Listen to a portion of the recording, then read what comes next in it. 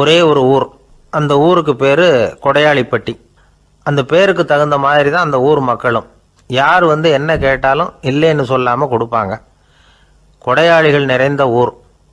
இனாமா மட்டும் இல்லை, கடனாகவும் பணம் கொடுப்பாங்க. யாருக்காவது அவசரமாக பணம் தேவைப்பட்டதுன்னு வச்சுக்கோங்க, அந்த ஊருக்கு போய் வாங்கிக்கலாம்.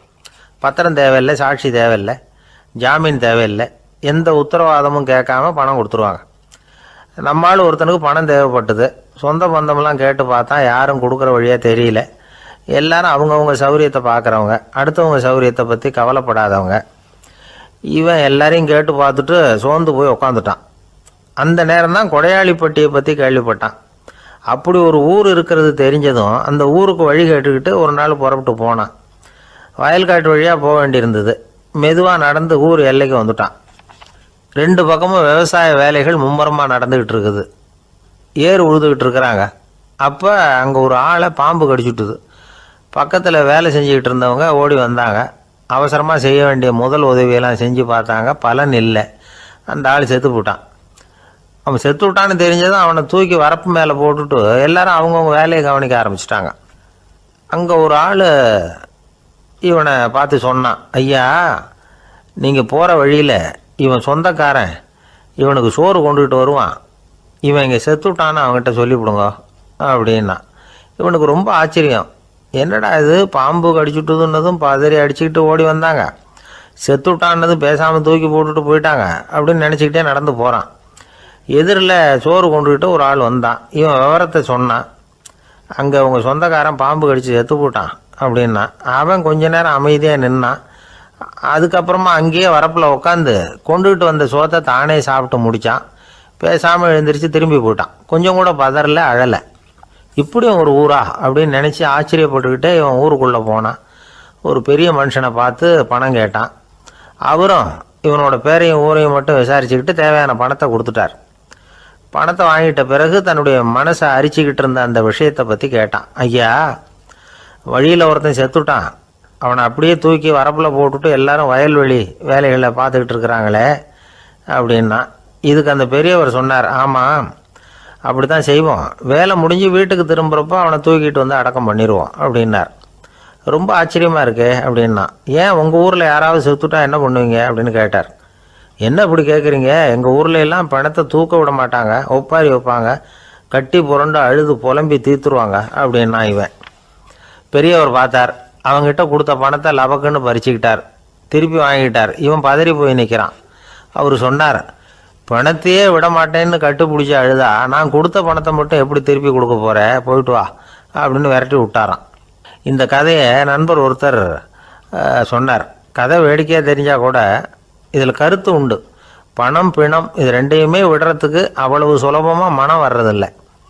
இந்த 2 விஷயங்கள்லேயும் அறிவார்ந்த செயல்பாடு தேவை. ஒரு பேருந்து மரத்தில் மோதி விட்டது. எல்லாரும் அடிபட்டு முனைகிட்டு கிடக்கிறாங்க. டிரைவர், கண்டக்டர் இவங்களுக்கும் அடி. அவங்களும் ஒரு பக்கம் கிடக்கிறாங்க. ஒரு மூலையில் கிடக்கிற ஒருத்தன் மெதுவாக முக்கி முனகி கண்டக்டர்னு சத்தம் போடுறான். கண்டக்டர் மெதுவாக நகர்ந்து அவங்ககிட்ட போய் என்னன்னு விசாரிக்கிறார். அவன் ரொம்ப சிரமப்பட்டு வாயை திறந்து ஒரு 15 காசு சில்லற பாக்கி அப்படின்னானா. ஒரு பெரிய காடு. அந்த காட்டுக்கு மத்தியில் ஒரு ஆசிரமம். அங்கே ஒரு முனிவர் இருந்தார். பல இடங்கள்லேருந்து வர்ற குழந்தைகளுக்கு அவர் வந்து பாடம் சொல்லி கொடுத்துக்கிட்டு இருக்கிறார். ஏழை பணக்காரர் அப்படிங்கிற வித்தியாசம்லாம் கிடையாதுங்க. எல்லாரும் அவர்கிட்ட தங்கள் பிள்ளைகளை வந்து அனுப்பி வச்சாங்க. மன்னர்களுடைய பிள்ளைங்க கூட அங்கே அவர்கிட்ட தான் படிக்கிறதுக்கு வருவாங்க. ஆனால் அந்த முனிவரை பொறுத்த வரைக்கும் எல்லா பிள்ளைங்களும் ஒன்று தான். இது யார் வீட்டு பிள்ளைன்னெல்லாம் பார்க்க மாட்டார். எல்லாரும் சமம். மாணவர்கள்லாம் அங்கேயே மாத கணக்கில் வருஷ கணக்கில் தங்கியிருந்து பாடம் கற்றுக்கிட்டு போகிறது வழக்கம். அவராக பார்த்து போகணுன்னு சொல்கிற வரைக்கும் அங்கேயே இருக்கணும், படிக்கணும். குருகுல வாசம். ஒரு சமயம் ஒரு ராஜகுமாரனும் அவர்கிட்ட வந்து படிச்சுக்கிட்டு இருந்தான். அவனுக்கு ஒரு 15 வயசு இருக்கும். சில வருஷம் கழித்து இந்த முனிவர் தன்கிட்ட இருக்கிற மாணவர்களுக்கெல்லாம் பரீட்சை வச்சார். அவங்களுடைய அறிவு முதிர்ச்சியை கணிக்கிறதுக்காக பல சோதனைகள்லாம் வச்சார். ஒவ்வொருத்தராக பார்த்து இனிமேல் நீங்கள் வந்து உங்கள் வீட்டுக்கு போகலாம் அப்படின்னு சொல்லி அனுப்பி வச்சுக்கிட்டு இருக்கிறார். எல்லாரும் போயிட்டாங்க. கடைசியாக மிஞ்சி இருந்தது ஒரே ஒரு மாணவன். அவனை மட்டும் வீட்டுக்கு அனுப்பலை. யார் அந்த பையன் தெரியுமா? அவன்தான் அந்த ராஜகுமாரன். ராஜகுமாரனுடைய தந்தைக்கு, அதுதான் அந்த ராஜாவுக்கு, அங்கே வயசு ஏறிக்கிட்டே போகுது. என்ன இது படிக்க போன பையன் இன்னும் திரும்பி வரலையே அப்படின்னு நினச்சார். வந்துட்டா சீக்கிரமாக அவனுக்கு பட்டம் கட்டிவிட்டு நாம் விலகிக்கலாமே அப்படின்னு நினச்சார். கல்யாணம் வேறு பண்ணி பார்க்கணும் பையனுக்கு. ஆனால் பையன் வர்ற வழியை காணும். ராஜா பார்த்தார். சரி, நேர்லேயே போய் என்னன்னு தெரிஞ்சுட்டு வந்துடுவோம் அப்படின்னு காட்டுக்கு புறப்பட்டார். அங்கே போய் முனிவரை பார்த்தார். முனிவர் இவரை அன்பாக வரவேற்று உட்கார வச்சார். அதுக்கப்புறம் ராஜா மெதுவா, எல்லாரையும் வீட்டுக்கு அனுப்பி வச்சுட்டிங்களாமே, ஏன் பிள்ளைய மட்டும் அப்படின்னு சொல்லி மெதுவாக இழுத்தார். முனிவர் இதுக்கு உடனே பதில் சொல்லலை. ராஜாவை கூப்பிட்டுட்டு போய் விருந்தினர் குடிசையில் தங்க வச்சார். அதுக்கப்புறம் சொன்னார், உங்கள் மகன் எல்லா பாடங்கள்லேயும் முதல் இடம் வாங்கியிருக்கான். இப்படி முதலாவதாக வர்ற மாணவனுக்கு நாங்கள் இன்னொரு தேர்வு வைக்கிறது வழக்கம். அதுலேயும் அவன் முதலாவதாக வந்துட்டான்னா அவன் ஒரு பெரிய வித்வான் அப்படிங்கிற கௌரவத்தை அடைஞ்சிருவான் அப்படின்னார். அதாவது முனிவர் அப்படி சொல்கிறார். அப்படி சொல்லிவிட்டு போயிட்டார் அவர். ராஜா அங்கேயே தங்கிட்டார். ராத்திரி படுத்து தூங்கினார். காலையில் எழுந்திரிச்சு அந்த குடிசைக்கு வெளியில் வந்தார் பல்லு விளக்கிறதுக்காக. அந்த சமயத்தில் தூரத்தில் ஒருத்தன் ஒரு கையில் கோடாலியை வச்சுக்கிட்டு தலையில் ஒரு பெரிய விறகு கட்டை சுமந்துக்கிட்டு வந்துக்கிட்டு இருக்கிறது மாதிரி தெரிஞ்சுது. யாராவது விறகு வெட்டியாக இருக்கும் அப்படின்னு நினச்சார் ராஜா. கிட்ட வந்ததும் உத்து பார்க்குறாரு. பார்த்தா அது தன்னோட புள்ள. திகைச்சு போயிட்டார். என்ன இது, ஒரு ராஜகுமாரனை கூட இது மாதிரி வேலையெல்லாம் செய்ய சொல்கிறாங்களே அப்படின்னு நினச்சார். ராஜகுமாரன் விறகு கட்டை கொண்டுகிட்டு போய் கொல்லை பக்கம் வச்சான். அந்த சமயம் முனிவர் அங்கே வந்தார். என்ன மகனே, விறகு வெட்டிட்டு வந்துட்டியா? சரி, இப்போ ஒரு துடைப்பத்தை எடுத்துக்கோ, விருந்தினர் குடிசையின் வாசல் பக்கத்தை கூட்டி பெருக்கி சுத்தம் பண்ணு போ அப்படின்னார். அப்படியே செய்கிறேன் குருவே அப்படின்னு சொல்லிவிட்டு போனான். சுத்தம் பண்ண ஆரம்பிச்சிட்டான். ராஜா பார்த்தார் இதை. உடனே ஓடியாந்தார். மகனே, என்ன காரியம் பண்ணுற? துடப்பத்தை கீழே போடுனார். இப்போ அந்த ராஜகுமாரன் சொல்கிறான், தந்தையே, இது என்னுடைய குருதேவரோட உத்தரவு. இங்கே நான் ஒரு மாணவன். இங்கே அரசனும் ஒன்று தான், ஆண்டியும் ஒன்று தான். குருதேவர் சொல்கிறத மறுக்காமல் செய்கிறது தான் எங்கள் கடமை அப்படின்னா. இந்த சமயம் முனிவர் அங்கே வந்தார். இவனை முதுகில் தட்டி கொடுத்தார். அப்புறம் ராஜா கிட்ட சொன்னார், அரசே, உங்கள் புள்ள எங்கள் கடைசி தேர்வுலையும் வெற்றி பெற்றுட்டான். பணிவு தான் மாணவர்களின் மிக உயர்ந்த குணம். குருநாதர் சொல்றது மனசுக்கு பிடிக்கலன்னா கூட மறுக்காம செய்யணும். அப்படி செய்யறதுனால எதை செய்யலாம் எதை செய்யக்கூடாது அப்படிங்கிற விவேகம் அவங்களுக்கு வந்துடும். செய்யக்கூடாததை கூட பெரியவங்க சொல்லிவிட்டா செஞ்சுதான் ஆகணும் அப்படிங்கிற பணிவு அவங்களுக்கு வந்துடும். இந்த குணம் வந்துட்டுதுன்னா அவங்க எத்தனை கடினமான வேலையாக இருந்தால் கூட ரொம்ப சுலபமாக செஞ்சு முடிச்சிருவாங்க. தூக்கத்திலேயும் அப்புறம் துக்கத்திலேயும் தோண்டு போட மாட்டாங்க. இந்த பணிவும் விவேகமும் அவங்கக்கிட்ட மன உறுதியை ஏற்படுத்தும். அந்த உறுதி உங்கள் பையனுக்கு வந்தாச்சு. இனிமேல் அவனை நீங்கள் அழைச்சிட்டு போகலாம். அவன் நிச்சயமாக பேரும் புகழும் பெறுவான் அப்படின்னார். ராஜா அவரை பார்த்து, குருதேவா, புரிஞ்சுக்கிட்டேன், என்னை மன்னிக்கணும் அப்படின்னாரு. அதுக்கப்புறம் மகனை அழைச்சிக்கிட்டு நாட்டுக்கு திரும்பி வந்துட்டார். இந்த கதையை இன்று ஒரு தகவலில் சொல்லுங்கள் சார், உங்கள் நிகழ்ச்சியில் சொல்லுங்கள் சார் அப்படின்னு சொல்லி மாணவர்கள் கேட்டால் பணிவாக இருக்கிறது எப்படி அப்படிங்கிறத புரிஞ்சுக்குவாங்க அப்படின்னு சொன்னார் ஒருத்தர். சரி சொல்லுவோம், அதுக்கு முன்னாடி நேர்லேயே ஒரு பையன்கிட்ட சொல்லி பார்க்கலாமே அப்படின்னு தோணுச்சு. உடனே ஒரு பையனை கூப்பிட்டோம். ஏன்பா, உங்கள் வாத்தியார் உனக்கு இது மாதிரி ஒரு பரீட்சை வச்சா என்ன பண்ணுவேன் அப்படின்னு கேட்டோம். நானும் அப்படி தான் சார் நடந்துக்குவேன். விறகு வெட்டுவேன், தொடப்பத்தினால கூட்டி சுத்தம் பண்ணுவேன், உடனே செஞ்சு முடிச்சிருவேன் சார் அப்படின்னா. பலே பரவாயில்லையே அப்படின்னோம். ஆமாம் சார், அப்படி செஞ்சால் தானே வீட்டுக்கு அனுப்புவார், இல்லைன்னா இன்னொரு வருஷம் இங்கேயே இருந்து படின்னு சொல்லி விடுவார், அதனால் அப்படி செய்வேன் அப்படிங்கிறான் அந்த பையன். பிரிட்டிஷ் ஆட்சி நடந்துக்கிட்டு இருந்த காலம் 1920களின் கடைசி. அப்போ நடந்த ஒரு உண்மை நிகழ்ச்சி இது. ஒரு கல்யாண மாப்பிள்ளை ரயிலில் இறங்க போகிறார். அவரை வரவேற்க ஒரு ராஜ குடும்பமே காத்துக்கிட்டு இருக்குது. மங்களூர்லேருந்து இறங்குற அந்த மாப்பிள்ளை யார் தெரியுமா? ஒரு நாய். உண்மைதான், அந்த நாய்க்கு தான் கல்யாணம். சுதேசி சமஸ்தானத்து மன்னர்களில் ஒருத்தர் ஜூனாகட் மகாராஜா. அவரோட வளர்ப்பு நாய் ரோஷனாரா. அதுக்கு கல்யாணம் பண்ணி வைக்கணும்னு ஆசைப்பட்டார். மாப்பிள்ளை தேடினார். மங்களூர் மகாராஜாவோட வளர்ப்பு நாய் ஒன்று இருந்தது, பேர் பாபி. இது ரெண்டுக்கும் கல்யாணம் நடத்த முடிவு பண்ணார். திருமணத்துக்கு வேண்டிய எல்லா ஏற்பாடுகளையும் பண்ணுங்க அப்படின்னு உத்தரவு போட்டார். ஆயிரக்கணக்கான அழைப்புதழ்கள், பல சமஸ்தான மன்னர்கள், ஜமீன்தார்கள், பிரிட்டிஷ் அதிகாரிகள், பெரிய பணக்காரங்க, இப்படி நிறைய பேருக்கு அழைப்புதழ்கள் அனுப்பி வச்சாங்க. பத்திரிகையை பார்த்தவங்கெல்லாம் திகைச்சு போயிட்டாங்களாம். இருந்தாலும் என்ன பண்ணுறது, ராஜாவே அழைக்கிறார், போகாமல் இருக்க முடியுமா? அந்த சமயத்தில் நாட்டின் கவர்னர் ஜெனரலாக இருந்தவர் இர்வின் பிரபு, அவருக்கும் ஒரு பத்திரிகை போயிருக்குது. வாங்கி பார்த்ததும் அவருக்கு பயங்கர எரிச்சல். உடனே குப்பை தொட்டியில் போட்டுவிட்டாராம். மாட்சிமை தங்கிய பிரிட்டன் சக்கரவர்த்தியின் பிரதிநிதியான தன்னை கேவலம் ஒரு நாயின் திருமணத்துக்காக அழைக்கிறதா அப்படின்னு அவருக்கு ஆத்திரம். இருந்தாலும் கல்யாணம் பிரமாதமாக நடந்துதான்.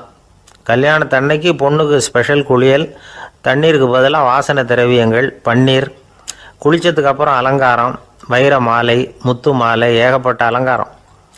மாப்பிள்ளையை அழைக்கிறதுக்கு ரயில்வே ஸ்டேஷனில் ராஜ குடும்பமே காத்துக்கிட்டு இருக்குது. அவங்களோட வளர்ப்பு நாய்கள் 250. அத்தனை நாய்களுக்கும் பட்டு துணி போத்தி இருக்குது. முத்து வடங்கள் அணிவிச்சிருக்கிறாங்க. எல்லாம் ராஜ நாய்கள். அதுகளையும் வீதியில் நடக்க விடலையாம். அதுகளை சுமந்துக்கிட்டு போக அலங்கரிக்கப்பட்ட யானைகள் காத்துக்கிட்டு இருக்குதான். மாப்பிள்ளைக்கு வரவேற்பு எப்படி தெரியுமா? அது நடந்து வர்ற பாதை பூரா ரத்தன கம்பளம் விரிச்சிருக்குது. 2 பக்கமும் ராஜாங்க அதிகாரிகள் கைகட்டி நிற்கிறாங்க. அரசு படை வீரர்கள் அணிவகுப்பு மரியாதை செலுத்துகிறாங்க. அந்த நாய் ராஜ மரியாதையோடு நடந்து வருது. நகையெல்லாம் போட்டுக்கிட்டு வருது. திருமண மண்டபத்துக்கு சேருது. அங்கே கல்யாணம் அமோகமாக நடக்குது. இந்த திருமணத்தை முன்னிட்டு அந்த ஜூனாகட் சமஸ்தானத்துக்கு 3 நாள் விடுமுறை வேறு. கல்யாணத்துக்கு வந்திருந்தவங்களுக்கெல்லாம் ஏக தடபுடலாக விருந்து, நாட்டியம் எல்லாம் பிரமாதமாக நடந்து தான். இந்த கல்யாணத்தில் கலந்துக்க வந்திருந்த மற்ற சமஸ்தானத்து மன்னர்கள், தீவான்கள், அரச குடும்பத்தினர், இப்படி அவங்க 700 பேராம். அவங்க போகிறதுக்காக விசேஷ ரயில்கள்லாம் வேற விட்டுருக்காங்க. கல்யாணம் முடிஞ்சதும் அந்த நாய் தம்பதிகளோட பெரிய பெரிய மன்னர்கள்லாம் ஒன்றா உட்காந்து சாப்பிட்டாங்களாம். ஏர் கண்டிஷன் அறையில் அந்த தம்பதிகள் கொஞ்ச காலம் வாழ்ந்துருக்கிறாங்க. கொஞ்ச நாளில் மாப்பிள்ளைக்கு மரியாதை குறைய ஆரம்பிச்சுட்டுது. வெளியில் துரத்தி விட்டாங்களாம். அந்த பெண் நாய் மட்டும் ராஜ போகங்களை அனுபவித்து வந்து தான். இந்த கல்யாணத்தை பார்த்துட்டு தொடர்ந்து மற்ற சமஸ்தானத்து மன்னர்களும் நாய் திருமணங்கள் நடத்த ஆரம்பிச்சுட்டாங்களாம். இது உண்மையில் நடந்திருக்குது. இப்படி அது இருக்கட்டும். இப்போ நம்ம கதைக்கு வருவோம். ஒரு ராஜாவுக்கு ரொம்ப நாள் கழித்து ஒரு குழந்தை பிறந்து தான். அரண்மனை ஜோசியரை கூப்பிட்டுருக்கார் ராஜா. ஜோசியரே, என் மகன் வருங்காலத்தில் சிறந்த வாள் வீரனாக வரணும்னு ஆசைப்படுறேன், வருவானாங்கிறத கொஞ்சம் பார்த்து சொல்லுங்களேன் அப்படின்னாராம். ஜோசியர் சொன்னார், மன்னா, உங்கள் புள்ள வாள் வீரனாக வர்றது கஷ்டம். ஆனால் அவரும் உங்களை மாதிரியே நாய்க்குட்டிகள் பேரில் பிரியமாக இருப்பார். அதுகளுக்கு கல்யாணமும் பண்ணி வைப்பார் அப்படின்னாராம். அது எப்படி கண்டுபிடிச்சிங்க அப்படின்னு கேட்டிருக்கார் ராஜா. அரசே, உங்கள் பிள்ளைக்கு வாள் மேலே உள்ள பிரியத்தை காட்டிலும் நாய் மேலே உள்ள பிரியம் அதிகங்கிறதுக்கான அறிகுறி இப்போவே தெரியுது. நல்லா கவனித்து பாருங்க. அவர் வாழ்னு கத்துறாரு அப்படின்னாரு. கவனித்து பார்த்துட்டு அப்படி எனக்கு காதில் விழலையே அப்படின்னாராம் மன்னர். அதனால தான் சொன்னேன், அவர் கத்துறது வாழ்னு கத்தலை, வள்ளுன்னு கத்திக்கிட்டு இருக்கார். அதனால தான் அப்படி சொன்னேன் அப்படின்னாராம் அரண்மனை ஜோசியர். உங்கள் பையன் எப்படி சார் இருக்கான் அப்படின்னு விசாரித்தார் ஒருத்தர். அவன் என்ன சார், எதை சொன்னாலும் காதில் வாங்க மாட்டேங்கிறான், அவன் பாட்டுக்கு போகிறான் வர்றான் அப்படின்னு சொல்லி அழுத்துக்கிட்டார் அப்பா. பெரியவங்க சொல்கிறத சின்ன பிள்ளைங்க கேட்கறது இல்லைங்கிறது ஒரு குறை. பெரியவங்க சொல்கிறது சின்ன பிள்ளைங்க காதிலேயே விழறது இல்லைங்கிறது ஒரு குறை. இது கொஞ்சம் சீரியஸான விஷயம், கவனித்து பார்க்கணும். ஒரு குழந்தைக்கு காது சரியாக கேட்குதா இல்லையா அப்படிங்கிறத நாம் தான் கவனித்து பார்த்து கண்டுபிடிக்கணும். அதுவாக நம்மக்கிட்ட தவழ்ந்து அப்பா எனக்கு காது கேட்கல, அழைச்சிட்டு போங்க டாக்டர்கிட்ட அப்படின்னுலாம் சொல்லிக்கிட்டு இருக்காது. அது சரி, ஒரு குழந்தைக்கு காது சரிவர கேட்குதா இல்லையா அப்படிங்கிறத முன்கூட்டியே நாம் தெரிஞ்சுக்கிறது எப்படி? அதுக்கு சில வழி இருக்குது. உங்கள் குழந்தைய கொஞ்சம் அப்படி கவனித்து பாருங்கள். அடிக்கடி ஜலதோஷம், காதில் அரிப்பு ஏற்படுதா, மூக்கு விரிவாகவும், அப்புறம் டான்சில், அடினாய்டு, சத அழற்சி, இது மாதிரி ஏதாவது இருக்கா, வாயிலிருந்து எச்சில் ஒழுகுதா, குழந்தை வாயினால் சுவாசிக்குதா, பற்கள் முன்னாடி தள்ளி வளருதா, இதெல்லாம் அதுக்கு அறிகுறி. அப்புறம் இந்த VBDF TH இப்படி இந்த ஒலிகள் சேர்ந்த வார்த்தைகளை குழந்தை சரியாக புரிஞ்சுக்காது. இப்போ உதாரணத்துக்கு பட்டுன்னு சொல்லு குழந்தை அப்படின்னீங்கன்னா அது வந்து கட்டுன்னு சொல்லும். அதாவது பட்டு சவுண்டை அதால் புரிஞ்சிக்க முடியல. அப்புறம் உங்கள் குழந்தை வந்து உங்களை உறக்க பேச சொல்கிறானா, அடிக்கடி கேள்வி கேட்குறானா, சாப்பிட்றப்போ கவனம் இல்லாமல் இருக்கானா, படிப்பில் போதுமான முன்னேற்றம் இல்லையா, வகுப்பில் சரியாக கவனிக்கிறது இல்லையா, இப்படிலாம் இருந்தால் ஆரம்பத்திலேயே டாக்டர்கிட்ட அழைச்சிட்டு போய் சிகிச்சையை வந்து ஆரம்பிச்சுடலாம், குணப்படுத்தி விடலாம். குழந்தைக்கு காது சரியாக கேட்கலன்னா நீங்கள் செய்ய வேண்டியது என்ன தெரியுமா? அவனுக்கு காது கேட்கலேங்கிறதுக்காக அவன் முன்னாடி சத்தம் போட்டு பேசக்கூடாது. மெதுவாக சீராக பேசணும், அவனை பார்த்து பேசணும். உங்கள் உதட்டு அசைவுகள் வந்து அவனுக்கு உதவும், அதை பார்த்தே புரிஞ்சுக்குவான். நீங்கள் வாயில் வெத்தலை பாக்கு போட்டுக்கிட்டோ புகை பிடிச்சிக்கிட்டோ பேசக்கூடாது. அப்படி பேசினா அவனால் அந்த உச்சரிப்பை சரியாக புரிஞ்சிக்க முடியாது. ஒரு வார்த்தையை சொல்கிறீங்க, அவனுக்கு புரியல அப்படின்னா அதே வார்த்தையை மறுபடியும் சொல்லணும். அவனுக்கு நீங்கள் முதல்ல சொன்ன வார்த்தை புரியலேன்னு நினச்சிக்கிட்டு மறுபடியும் திருப்பி சொல்கிறப்போ அதே அர்த்தம் வரக்கூடிய வேறு வார்த்தையை சொல்லக்கூடாது.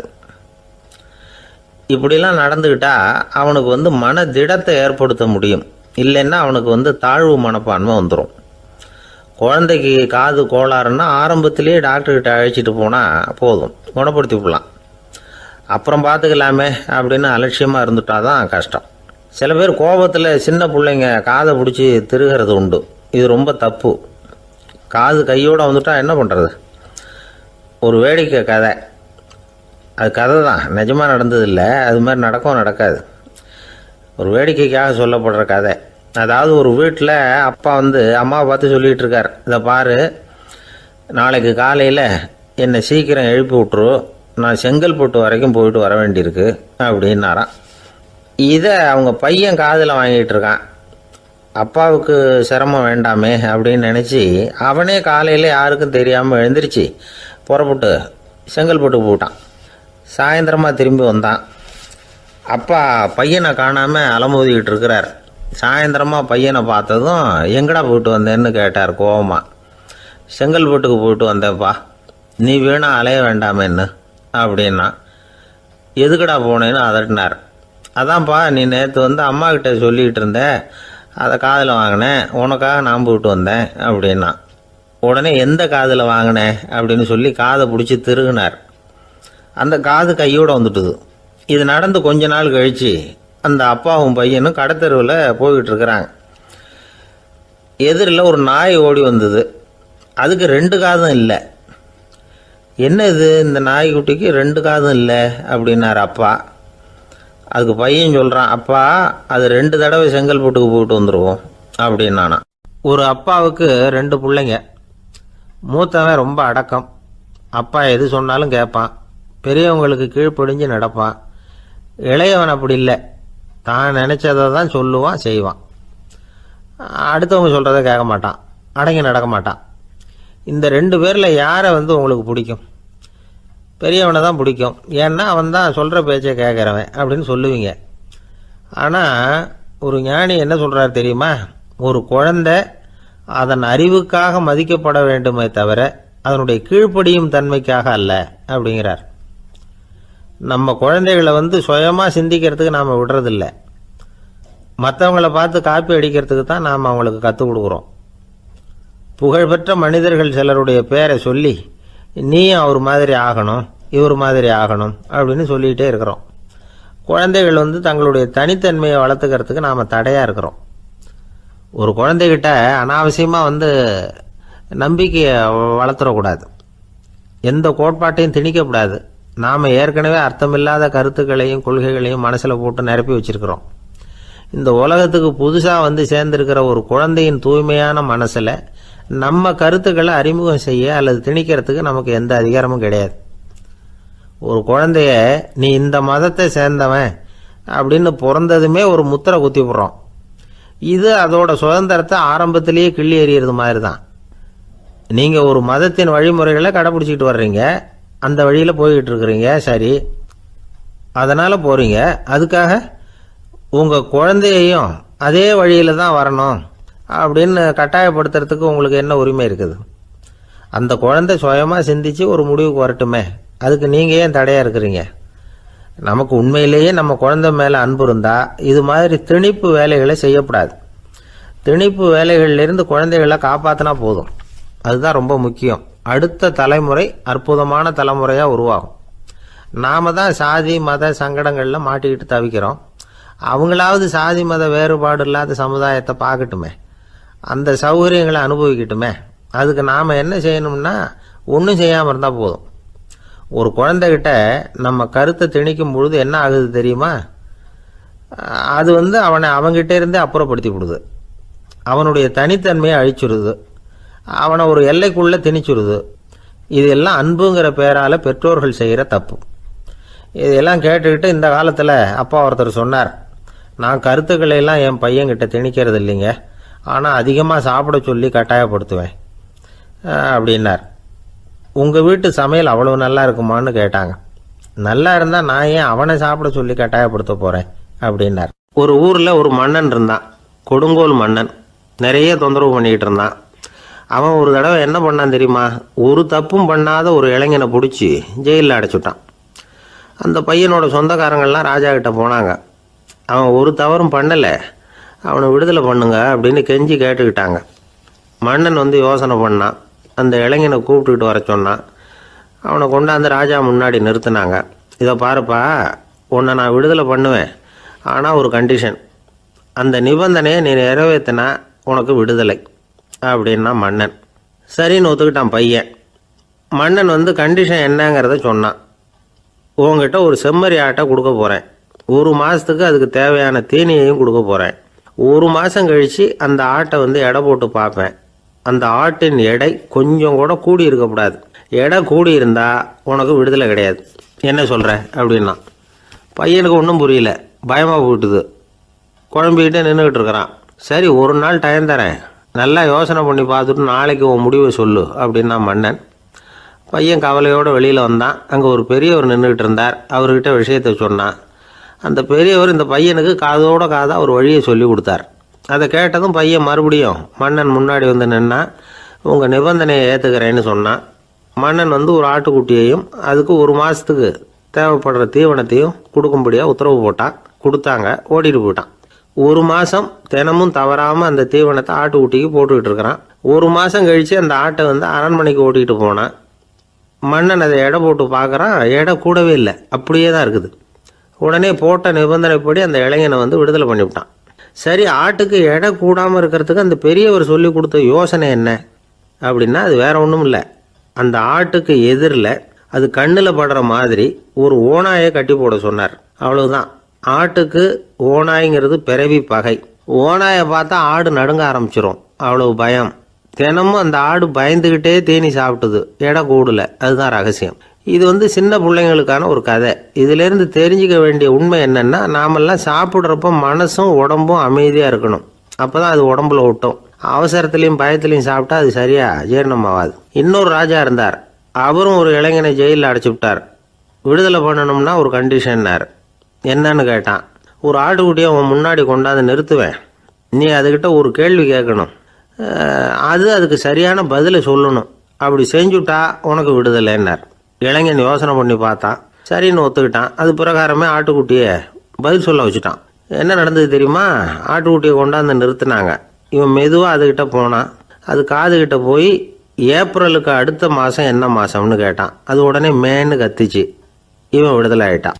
ஆந்திர நாட்டில் ஒரு அரசர் இருந்தார். அந்த அரசர்கிட்ட ஒரு அமைச்சர் இருந்தார். அந்த அமைச்சர் பேர் ராயண பாஸ்கர். அவர் ஒரு பெரிய அறிவாளி. அது மட்டும் இல்லை, மிகச்சிறந்த கொடையாளி. யார் எது கேட்டாலும் இல்லைன்னு சொல்ல மாட்டாராம். அதன் காரணமாகவே அவர்கிட்ட இருந்த செல்வம் நாளுக்கு நாள் குறைஞ்சிக்கிட்டே வந்துட்டு தான். கடைசியில் குடும்பத்துக்குன்னு எதுவும் வைக்காமலே அவர் போய் சேர்ந்துட்டார். மகனும் இறந்துட்டார். அந்த குடும்பத்தில் மிஞ்சி இருந்தது அவருடைய மருமகள், ஒரு பேரன், அவ்வளவுதான். இருந்த ஒரே சொத்து பழுதடைஞ்ச ஒரு வீடு. அந்த அம்மா மற்ற வீடுகளில் வேலை செஞ்சு தன்னுடைய பிள்ளைய படிக்க வச்சுக்கிட்டு வராங்க. அந்த புள்ள ஒரு பெரிய வள்ளலுடைய பேரன்கிறது அந்த பள்ளி வாத்தியார்களுக்கும் தெரியும். அதனால் அவங்களும் இவங்ககிட்ட கொஞ்சம் அன்பாகவும் அக்கறையாகவும் பழகி பாடம் சொல்லி கொடுத்துக்கிட்டு இருக்கிறாங்க. ஒரு நாள் ஒரு புகழ்பெற்ற கவிஞர் ஒருத்தர் அந்த பள்ளிக்கூடத்துக்கு வந்திருக்கிறார். ஆசிரியர்கள்கிட்ட பேசிக்கிட்டு இருந்தப்போ ஒரு செய்தியை சொன்னாராம். ராயண பாஸ்கருங்கிற வள்ளல் எனக்கு நிறைய உதவிகள் செஞ்சுருக்கார். என்னை பாராட்டி பரிசுகள்லாம் கொடுத்துருக்கிறார். அந்த வள்ளல் வாழ்ந்த கிராமத்தை பார்க்கணுங்கிறதுக்காக தான் இப்போ இங்கே வந்திருக்கிறேன் அப்படின்னாராம்.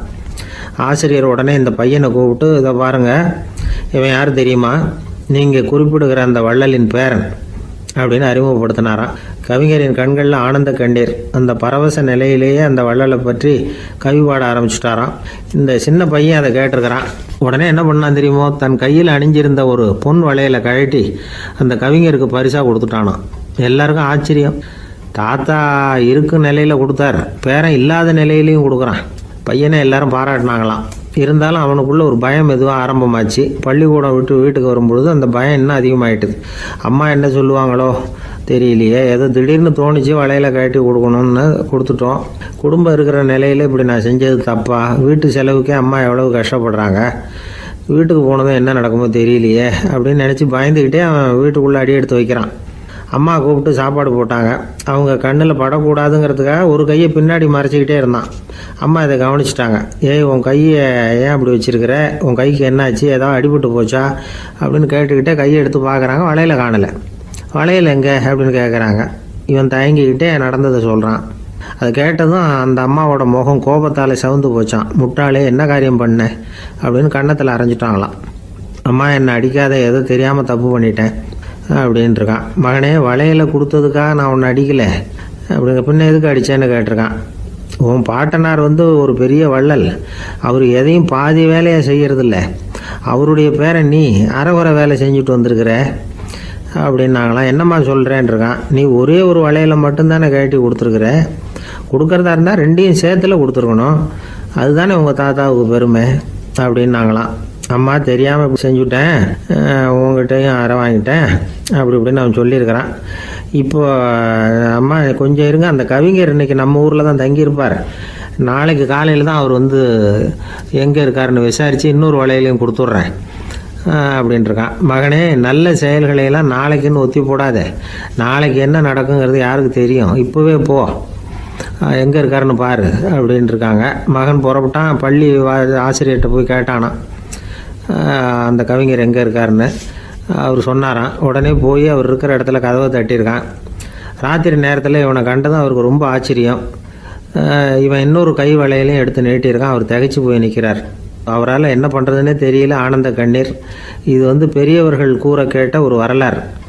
இன்னைக்கு இப்படிப்பட்டவங்களை பார்க்க முடியுமா? வறுமை வள்ளல் தன்மையை ஒன்று செய்து விடாதுங்கிறதுக்கு இது ஒரு உதாரணம். ஒருத்தன் இன்னொருத்தனை பார்த்து கேட்டானா, எங்கள் தாத்தா உங்கள் தாத்தாவுக்கு 100 ரூபா கடன் கொடுத்துருக்கிறார், அதை எப்போ திருப்பி கொடுக்க போகிறேன்னு. கவலைப்படாத, எங்கள் பேரன் அதை உங்கள் பேரன்ட்ட திருப்பி கொடுத்துருவான் அப்படின்னு நானா. அவன், எனக்கு வாழ்க்கையே வெறுத்து போச்சு சார் அப்படின்னு சொல்லிட்டு ஒருத்தர் வந்தார். கொஞ்ச நேரம் பேசினதுக்கப்புறம் அவர் அப்படி சொல்லியிருந்தா அதில் ஒரு அர்த்தம் இருந்திருக்கும். வர்றதுக்கு முன்னாடியே வாழ்க்கை வெறுத்து போச்சுன்னு சொல்லிட்டு வர்றார். என்ன சார் விஷயம்னு விசாரித்தோம். எங்கள் வீட்டில் தினம் 3 வேளையும் ஒரே மாதிரி சாப்பாடு சார், வித்தியாசமே கிடையாது. இப்படியே 3 மாதமாக சாப்பிட்டுக்கிட்டு இருக்கிறேன், அதை விட பட்டினி கிடந்து செத்துடலாம்னு தோணுது அப்படின்னார். ஒரு பெரியவர் சொன்ன தத்துவத்தை சொல்கிறதுக்கு ஆள் கிடைக்காம தவிச்சுக்கிட்டு இருந்தோம். இப்போ ஒருத்தர் கிடைச்சிட்டார், விட்டுலாமா? உடனே அவரை உட்கார வச்சு சொல்ல ஆரம்பிச்சிட்டோம். அதாவது நாம் அனுபவிக்கிற உணர்வுகளில் களிப்பு, மகிழ்வு, ஆனந்தம், இது 3க்கும் ஒன்றுக்கு ஒன்று வித்தியாசம் உண்டு. மேம்போக்காக பார்க்குறதுக்கு இது 3 ஒன்று மாதிரி தோணும், ஆனால் அது அப்படி இல்லை. களிப்புங்கிறது உடம்பை பொறுத்தது, மகிழ்வுங்கிறது மனசை பொறுத்தது, ஆனந்தம்ங்கிறது ஆன்மாவை பொறுத்தது. இப்படி இந்த 3 வகையான அந்த சுவைப்புகளின் தன்மையும் வேற வேற. இப்போ முதல்ல களிப்புங்கிறத எடுத்துக்குவோம். நம்ம புலன்களுக்கு களிப்பை தரக்கூடிய பொருள்களுக்கு சில விசேஷ குணம் உண்டு. அது எப்படின்னா, சீக்கிரமே சலிப்பை உண்டு பண்ணும். ஒருத்தர் அந்த பொருளை எடுத்துக்கிட்டா அது இன்னொருத்தருக்கு குறைஞ்சிரும். உணவு, உடை, இதெல்லாம் களிப்பை தரக்கூடிய பொருள்கள். இப்போ உதாரணத்துக்கு, ஒரு சாப்பாட்டு மேசையில் ஒரு பாத்திரத்தில் 10 இட்லி இருக்குது. அதில் ஒரு 2 இட்லியை நம்ம தட்டில் எடுத்து வச்சு சாப்பிட்றோம். நாம் சாப்பிட்ட அந்த இட்லி நிச்சயமாக எதிரில் உட்காந்துருக்கிறவருக்கு இல்லை, அவருக்கு உபயோகப்படாது. நாம் சாப்பிட்ட அதே இட்லியை அவரும் சாப்பிட முடியாது, அவர் வேற தான் எடுத்து வச்சுக்கணும். அது மாதிரி நாம் ஒரு சட்டையை எடுத்து போட்டுக்கிறோம். அதே சட்டையை அதே நேரத்தில் இன்னொருத்தர் போட்டுக்க முடியாது. புலன்களுக்கு களிப்பை தரக்கூடிய இது மாதிரி பொருள்கள்லாம் முதல் தடவை நமக்கு கொடுக்குற களிப்பை ரெண்டாவது தடவையும் கொடுக்காது. மூணாவது தடவை இன்னும் குறையும். கடைசியில் வெறுப்பாகவும் மாறிடும். ஒவ்வொன்றா இட்லியை தொடர்ந்து சாப்பிட்றோம்னு வச்சுக்கோங்க, முதல் இட்லி தரக்கூடிய சுவையை 30வது இட்லி தராது. முதல் தடவை புது சட்டையை போட்டுக்கிறப்போ நமக்கு இருக்கிற களிப்பு அதே சட்டையை 100வது தடவையாக போட்டுக்கிறோம்னு வைங்க, அப்போ இருக்குமா? இருக்காது. இதுதான் களிப்பு. அதாவது சீக்கிரமே சலிப்பை தரக்கூடியது. ஒருத்தர் எடுத்துக்கிட்டால் இன்னொருத்தருக்கு குறைஞ்சி போகக்கூடியது. ஆனால் மகிழ்ச்சிங்கிறது அப்படி இல்லை. ஒருத்தர் அனுபவிக்கிறதுனால இன்னொருத்தருக்கு குறைஞ்சி போகாது. இப்போ காலையில் சூரியன் உதயம் ஆகிறத பார்த்து சந்தோஷப்படுறோம், அதையே இன்னொருத்தரும் பார்த்து சந்தோஷப்படலாம். ஒரு நல்ல சங்கீதத்தை கேட்குறோம், ஒரு அழகான ஓவியத்தை ரசிக்கிறோம். நீங்கள் ரசிக்கிற அதே நேரத்தில் இன்னொருத்தரும் அதை ரசிக்கலாம். அதனால் அது குறைஞ்சி போகிறதில்ல. இது மகிழ்வு. ஆனால் ஒன்று, ஒரே பாடலை திரும்ப திரும்ப கேட்டுக்கிட்டு இருந்தால் கடைசியில் அலுப்பு தட்டும். அதாவது மகிழ்வுங்கிறது எப்படின்னா, மற்றவங்களோட பகிர்ந்து கொள்றதுனால குறையாது. ஆனால் ஒரே பொருள் மீண்டும் மீண்டும் அனுபவிப்பை தர்றப்போ முதல்ல மகிழ்வு அதிகரித்து அதுக்கப்புறம் அது மங்கி மறைஞ்சு போயிடும். இதுதான் அந்த மகிழ்வுங்கிறதுக்கு இலக்கணம். சரி, இப்போ மூணாவதாக சுகம் தரக்கூடிய ஆனந்தம்ங்கிறது எப்படின்னா, இது நமக்கு உள்ளே இருந்து சுரக்கிறது. மனசு சலனங்கள்லேருந்து விடுபடுறப்போ இந்த ஆனந்தம் நமக்கு கிடைக்கும். இது நிலையான சுகம், ஆத்ம சுகம். களிப்பிலிருந்து மகிழ்வுக்கும் மகிழ்விலிருந்து ஆனந்தத்துக்கும் செல்றது தான் மனிதன் நடத்த வேண்டிய முக்கியமான பயணம். இவ்வளவு விஷயத்தையும் கேட்டுட்டு இந்த காலத்து பையன் ஒருத்தன் வந்தான். சார், இப்போ நீங்கள் ஒரு சாப்பாட்டு மேசையில் ஒரு 10 இட்லி வைக்கிறீங்க, என்ன உட்கார வைங்க, எதிரில் இன்னொருத்தனை உட்கார வைங்க. நான் களிப்பு மகிழ்வுலாம் தாண்டி நேரடியாக ஆனந்தத்துக்கு பயணம் பண்ணி காட்டுறேன் அப்படின்னா. ஒன்றும் புரியல அவன் சொன்னது. அது எப்படி, என்ன பண்ணுவ நீ அப்படின்னு சொல்லி கேட்டோம் ஆச்சரியமா. 2 இட்லி சாப்பிட்டா தானே சார் களிப்பு, நான் 10 இட்லியும் மொத்தமாக சாப்பிட்ருவேன், அடுத்தவனுக்கு எதுவும் கிடைக்காது, அவனுக்கு கிடைக்காதபடி நாமே சாப்பிட்டுடுறோம்ல, அதுதானே நமக்கு ஆனந்தம் அப்படின்னு அதுக்கு ஒரு விளக்கம் சொல்கிறான். துஷ்டரை கண்டால் தூர விலகு, இப்படி ஒரு பழமொழி உண்டு. எதுக்காக இப்படி சொல்லி வச்சாங்க? துஷ்டன் ஏதாவது தொந்தரவு கொடுப்பான், அதனால் அவனை கண்டா பயந்துக்கிட்டு ஓடி ஒளிஞ்சிக்கோ அப்படின்னா இதுக்கு அர்த்தம் அப்படி இல்லை. ஒரு துஷ்டன் கிட்ட நெருங்கி போகிறோம்னு வச்சுக்கோங்க, அவன் நமக்கு கெடுதலான ஆலோசனைகள் எதையும் சொல்லலாம், அல்லது அவன் தீய உணர்வுகள் உள்ளவனா இருக்கலாம், அல்லது தீய செயல்கள் செய்யக்கூடியவனா இருக்கலாம், அல்லது தீய நட்புனால அவன் ஏற்கனவே கெட்டு போனவனா கூட இருக்கலாம். இப்படிப்பட்டவனை நெருங்கி போனா அவனோட பாதிப்பு நமக்கும் வந்துடும். அதனால விலகி போ அப்படின்னு சொல்றாங்க. இதையே கொஞ்சம் விவரமா இப்போ பார்ப்போமே. இப்போ இந்த துஷ்டர்களை 4 வகையா பிரிக்கிறாங்க. இந்த 4 வகைக்கும் உதாரணம் வேணும்னா வேற எங்கேயும் போக வேண்டியதில்லை, மகாபாரதத்தை பார்த்தாவே போதும். அதுல இந்த 4 வகையான தீயோரும் வர்றாங்க. முதல் வகைக்கு உதாரணம் சகுனி. இவன் மனசுல எப்பவும் தீய எண்ணங்கள் தான் நிறைஞ்சி இருக்கும். கனவுல கூட தீய ஆலோசனைகள். யாராவது ஒருத்தர் நல்லபடியா வாழ்ந்தா அதை இவனால சகிச்சிக்க முடியாது. இப்படிப்பட்டவனோட நெருங்கிய தொடர்பு துரியோதனனுக்கு கிடைச்சது. துரியோதனன் எப்படின்னா, அவன் ஏற்கனவே தீய காரியங்கள் செய்யறதுக்கு தயங்காதவன். அப்படிப்பட்டவனுக்கு தீய போதனைகள் செய்யறதுக்கு சகுனி உதவுனான்.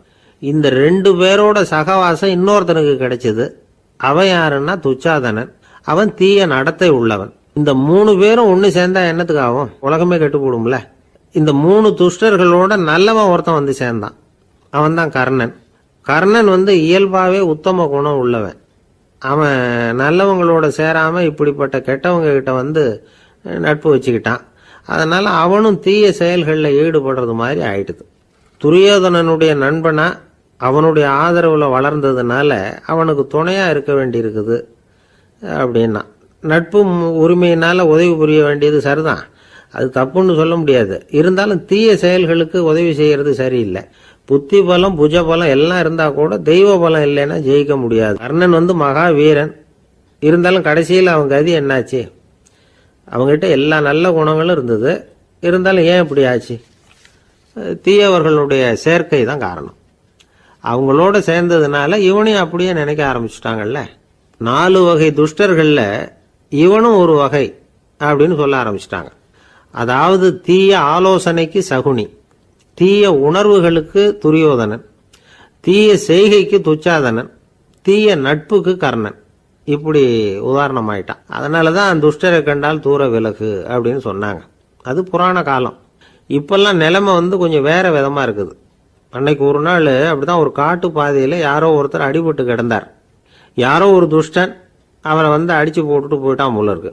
அந்த வழியா போன ஒருத்தர் பரிதாபப்பட்டு அவனை போய் தூக்கினார், ஆறுதல் சொன்னார். இதை பாருங்க, இந்த வழியா எப்பவும் தனியா வரக்கூடாது. ஏன்னா இங்க ஒரு ரவுடி இருந்துகிட்டு வர்றவங்க போறவங்களையெல்லாம் வழிப்பறி பண்ணிட்டு இருக்கிறதா கேள்விப்பட்டிருக்கிறேன் அப்படின்னாராம். இனிமே அப்படி கேள்விப்பட மாட்டீங்க அப்படின்னு அந்த ஆளு. ஏன்னு கேட்டிருக்காரு இவர். அவன் சொல்லியிருக்கான், நான் தான் சார் அந்த ரவுடி. இந்த வழியா போனவங்க கிட்ட தகராறு பண்ணேன். அவங்க தான் என்ன இப்படி அடிச்சு போட்டு என்கிட்ட இருந்த பணத்தையெல்லாம் பிடிங்கிட்டு போட்டாங்க சார்.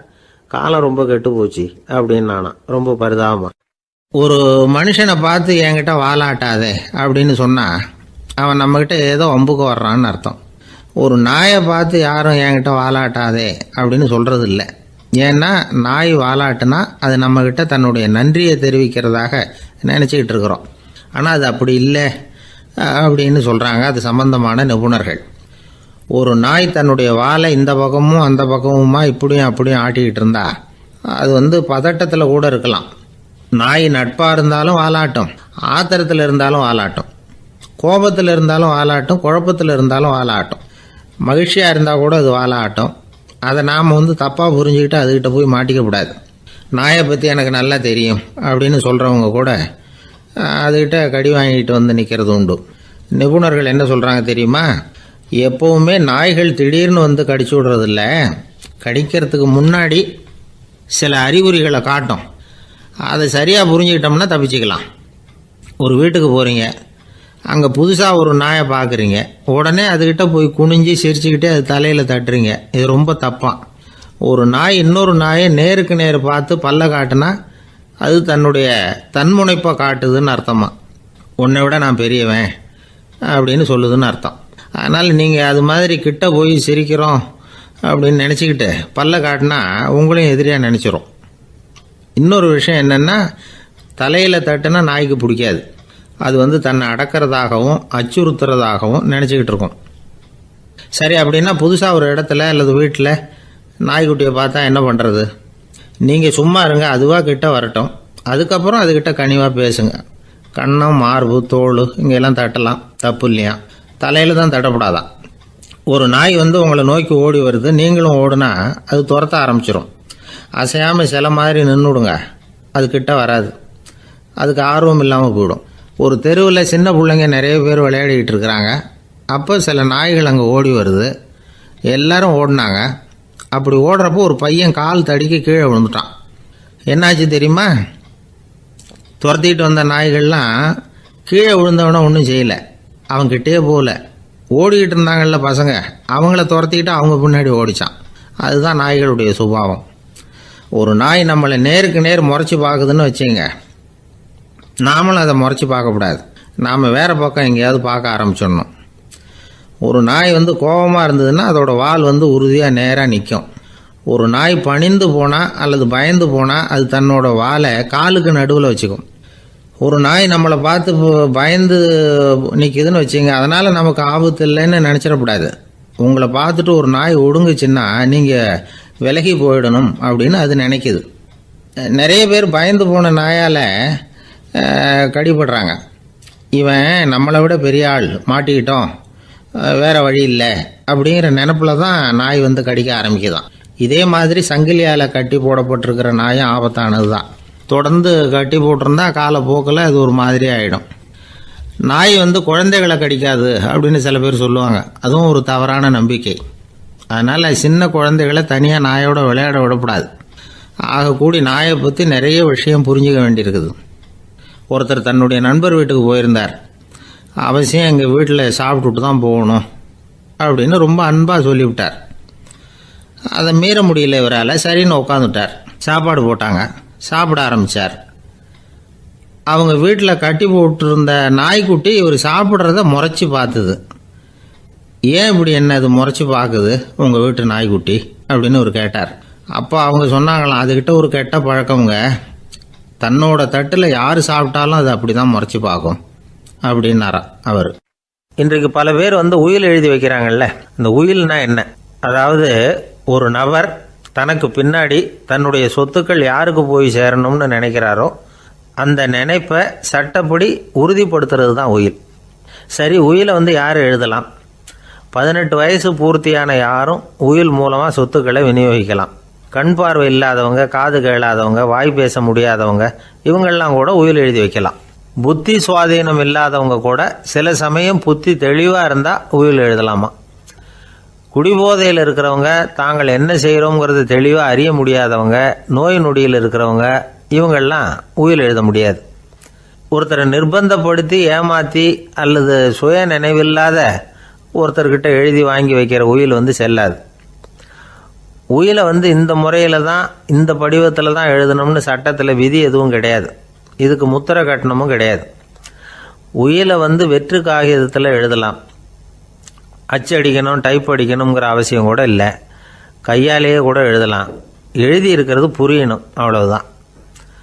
குறைந்தபட்சம் 2 சாட்சிகளை வச்சுக்கிட்டு உயில் எழுதுகிறவர் அதில் கையெழுத்து போடணும். கையெழுத்து போட தெரியாதுன்னா இடது கை பெருவிரல் ரேகை வைக்கலாம். உயில் சாசனத்துக்கு சாட்சிகள் கையெழுத்து இல்லைன்னாலும் அது செல்லாது. அப்புறம் பிரிவிலேஜ்டு வில் அப்படின்னு இருக்கு, அதுக்கு மட்டும் சாட்சிகள் தேவையில்லை. அது என்னென்னா, இந்த விமானப்படை, கப்பல் படை அல்லது யுத்தத்தில் பணிபுரியும் நபர்கள் அவங்கெல்லாம் இருக்கிறாங்க இல்லையா, அப்படிப்பட்டவங்க எழுதுகிற உயில் அது. அதுக்கு சில விசேஷ சலுகைகள் உண்டு. ஒருத்தர் முதல்ல ஒரு உயில் எழுதி வைக்கிறார், அதுக்கப்புறம் மனசு மாறி போகுது, அது வேணாம்னு நினைக்கிறார், ரத்து செஞ்சுடலாம். அதுக்கப்புறம் வேற உயிலும் எழுதலாம். உயிரோடு இருக்கிற வரைக்கும் எத்தனை தடவை வேணும்னாலும் உயில் எழுதலாம். கடைசியாக எழுதப்பட்ட உயில் சட்டப்படி சரியாக இருந்தால் அதுதான் அமலுக்கு வரும். சரி, எழுதுகிற உயிலை ரகசியமாக வச்சுருக்கிறது எப்படி? இது ஒரு கேள்வி.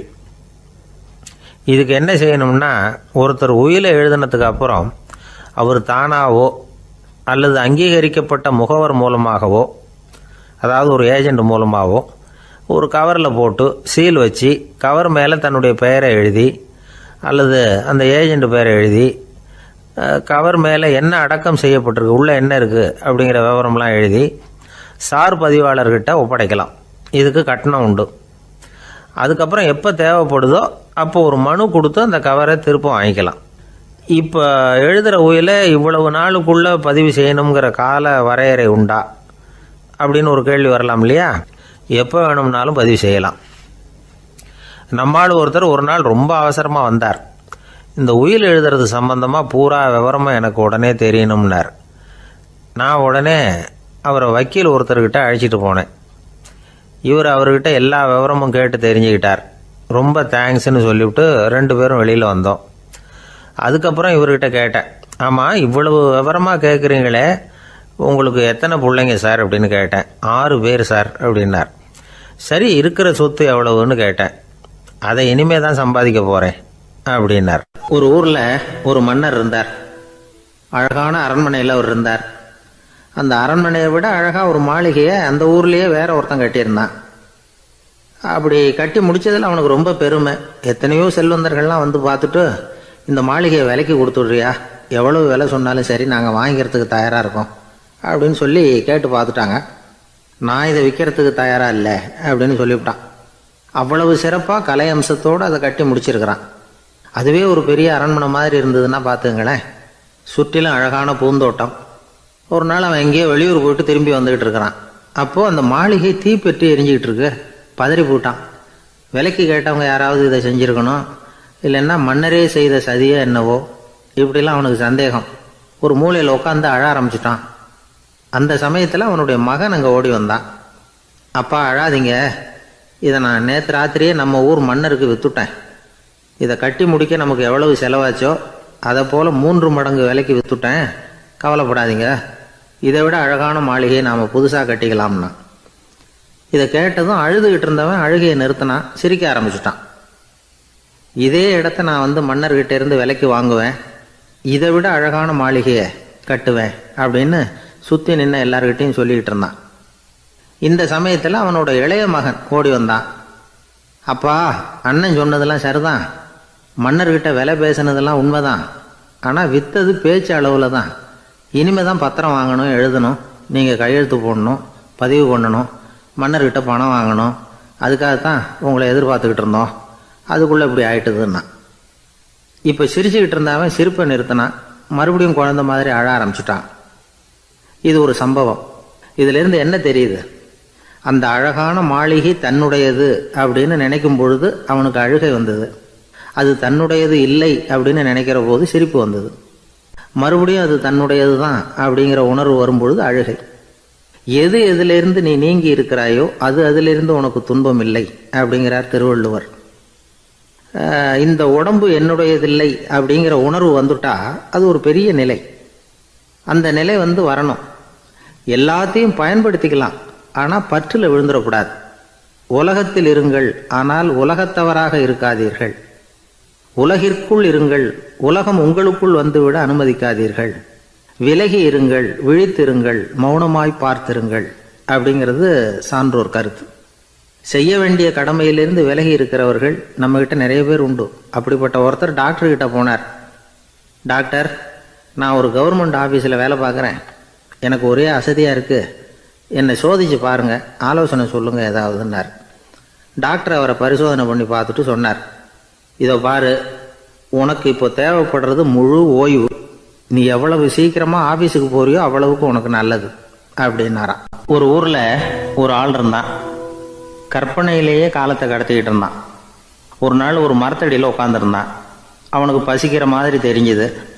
உடனே கற்பனையிலேயே சாப்பிட ஆரம்பிச்சிட்டான். அதாவது எதிரில் இலை போட்டு சாப்பாடு போடப்பட்டிருக்கிறதாகவும் அதை இவன் சாப்பிட்றதாகவும் நினச்சிக்கிட்டு கையை மட்டும் வாய்க்கும் தரைக்குமா அப்படியும் இப்படியும் கொண்டுகிட்டு போய் பாவனை பண்ணிக்கிட்டே இருக்கிறான். தூரத்தில் இருந்து பார்க்குறவங்களுக்கு இவன் ஏதோ பலமான விருந்து சாப்பிட்டுக்கிட்டு இருக்கிறான் அப்படின்னு தான் தோணும்.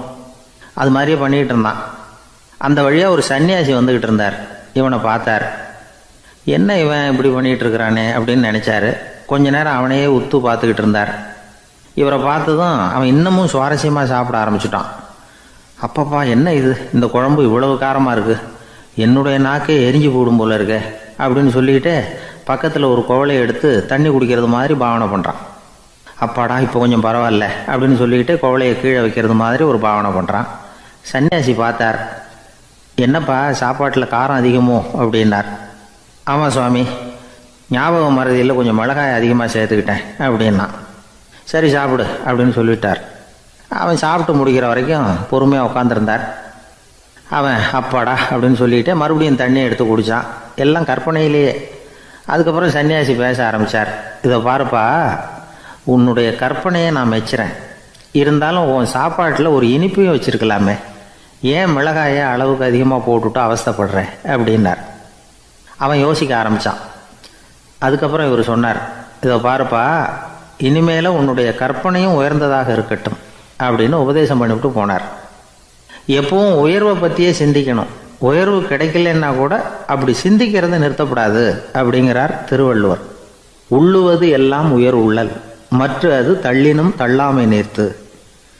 ஊக்கம் இல்லாமல் உலகத்தில் வாழ்ந்து பிரயோஜனம் இல்லை. அதனால் உயர்வாகவே சிந்திக்கணும்.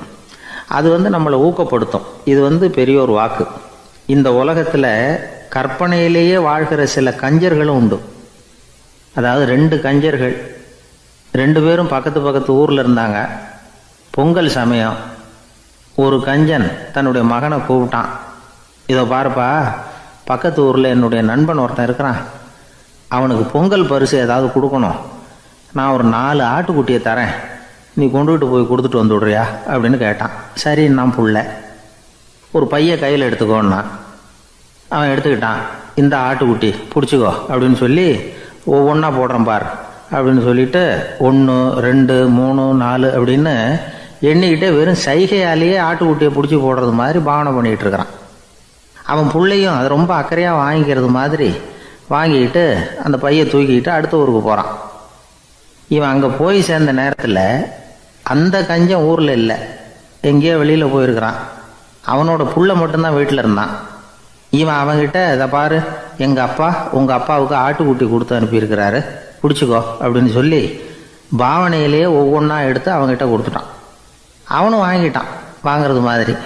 அப்புறம் சொன்னான், சரிப்பா, நானும் பதிலுக்கு ஏதாவது ஒன்றுகிட்ட கொடுக்கணும் இல்லையா, அதனால் அந்த பைய பிடி, ஒரு 10 எலுமிச்சம்பழம் தரேன், பதிலுக்கு அதை நீ எடுத்துகிட்டு போ அப்படின்னு சொல்லி கையாலேயே ஒவ்வொன்றா எடுத்து போடுறது மாதிரி பாவனை பண்ணிவிட்டான். அவனும் ரொம்ப நன்றி அப்படின்னு சொல்லிவிட்டு அதை வாங்கிட்டு போயிட்டான். கொஞ்ச நேரம் கழித்து வெளியில் போயிருந்த அப்பங்காரன் திரும்பி வந்தான். உள்ளே சொன்னான், அப்பா, உன்னோட நண்பர் அவருடைய மகன் மூலமாக உனக்கு 6 ஆட்டுக்குட்டி கொடுத்து அனுப்பியிருந்தார், நானும் பதிலுக்கு ஒரு 10 எலுமிச்சம்பழம் கொடுத்து அனுப்பியிருக்கிறேன் அப்படின்னா. எப்படிடா கொடுத்தேன்னு கேட்டார் அப்பா. இப்படி தான் கொடுத்தேன்னு சொல்லி சைகையிலேயே காட்டினான். இதை பார்த்து தான் அப்பங்காரனுக்கு பயங்கரமாக கோவம் வந்துட்டுது. பலார்னு அரைஞ்சுட்டான் பையனை. ஏன்ப்பா அரைஞ்ச? 10 எலுமிச்சம்பழம் கொடுத்துட்டேனே அப்படிங்கிறதுக்காகவா அப்படின்னு கேட்டான். அது கூட பரவாயில்ல, நீ காட்டுற சைகையை பார்த்தா ஆரஞ்சு பழம் சைஸுக்கு இருக்குதே, அவ்வளவு பெருசாக ஏன் கொடுத்த? அதுதான் எனக்கு கோபம் அப்படி. ஒரு நண்பர் யாருக்கோ ஃபோன் பண்ணிக்கிட்டு இருந்தார். அவர் பேசி முடித்ததும் நான் அவரை பார்த்து, இப்போ ஃபோன் பண்ணிங்களே, அந்த ஃபோன் நம்பர் என்ன அப்படின்னு கேட்டேன். அவர் தலையை சொரிஞ்சுக்கிட்டார், ஞாபகம் வரலன்னார். சரி சார், அதை விடுங்க, உங்கள் மனைவி பேர் என்ன அப்படின்னு கேட்டேன். மாலதின்னார்.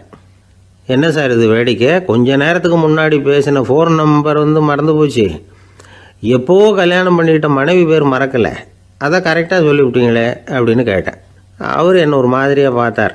அவர் அப்படி என்னை பார்த்ததில் ஒன்றும் தப்பு இல்லை, ஏன்னா நாம் எல்லாருமே அப்படித்தானே, ஒரு குறிப்பிட்ட காரியத்துக்காக தொலைபேசியில் ஒருத்தட்ட பேசுகிறோம், அதுக்கப்புறம் அந்த எண் நமக்கு அனாவசியம், அதனால் மறந்துடுறோம். இதுக்கு பேர் தான் தற்காலிக ஞாபகம். ஆனால் மனைவி பேரை மறந்துட முடியுமா? முடியாது. அது அவசியமான ஒன்று. அடிக்கடி அந்த பேரை உபயோகப்படுத்துகிறோம், அதனாலேயும் அது முக்கியங்கிறதுனாலேயும் அதை மறக்கறதில்ல. இதுக்கு பேர் நிரந்தர ஞாபகம். சரி, இந்த தற்காலிக ஞாபகம், நிரந்தர ஞாபகம், இது 2 ஞாபக அளவுகளையும் கட்டுப்படுத்துறது எது அப்படின்னா மூளைக்குள்ளே நடக்கிற மின்சார நடவடிக்கைகள் தான். தற்காலிக ஞாபகம் ஒரு மின்னல் மாதிரி தோன்றி மறையுது. நிரந்தர ஞாபகம் ஒரு படிவம் போல மூளையில் படிஞ்சுடுது. ஒரு சம்பவத்தின் பல பிரதிகள் மூளையில் பல்வேறு பகுதிகளிலேயும் படிகிறதுனால ஒன்று மறைஞ்சாலும் மறந்தாலும் இன்னொன்று மறையறதில்ல. இப்படிப்பட்ட நிலைமையில தான் இந்த தொண்டையில் இருக்கு, வாயில் வரமாட்டேங்குது சார் அப்படிமா. ஒருத்தருக்கு எந்த துறையில் ஆர்வமும் ஈடுபாடும் அதிகமோ அது சம்பந்தமான ஞாபக சக்தி அதிகமாக இருக்கும். தொழிலை விரும்புகிற ஒரு டெலிஃபோன் ஆப்ரேட்டருக்கு எண்கள்லாம் நல்ல ஞாபகம் இருக்கும். அது மாதிரி கவிஞர்களுக்கு வார்த்தைகள் நல்ல ஞாபகத்தில் இருக்கும். இது ஒரு பக்கம் இருந்தாலும் ஒரு மூளை எண்களை விட எழுத்துக்களை விட படங்களை ரொம்ப சுலபமாக ஞாபகத்தில் வச்சுக்குது. புரிஞ்சுக்கிற தன்மை, அனுபவம், புத்தி கூர்மை இது கூடி குறையிறத பொறுத்து ஞாபக சக்தியும் ஏறும் இறங்கும். இப்போ உதாரணத்துக்கு ஒரு பையனுக்கு படித்தது எதுவும் ஞாபகத்தில் இல்லைன்னா அவன் அதை சரியாக புரிஞ்சுக்கலைன்னு அர்த்தம். இந்த மறதிங்கிறது எந்த சமயத்தில் ஒரு பிரச்சனை ஆகுது தெரியுமா?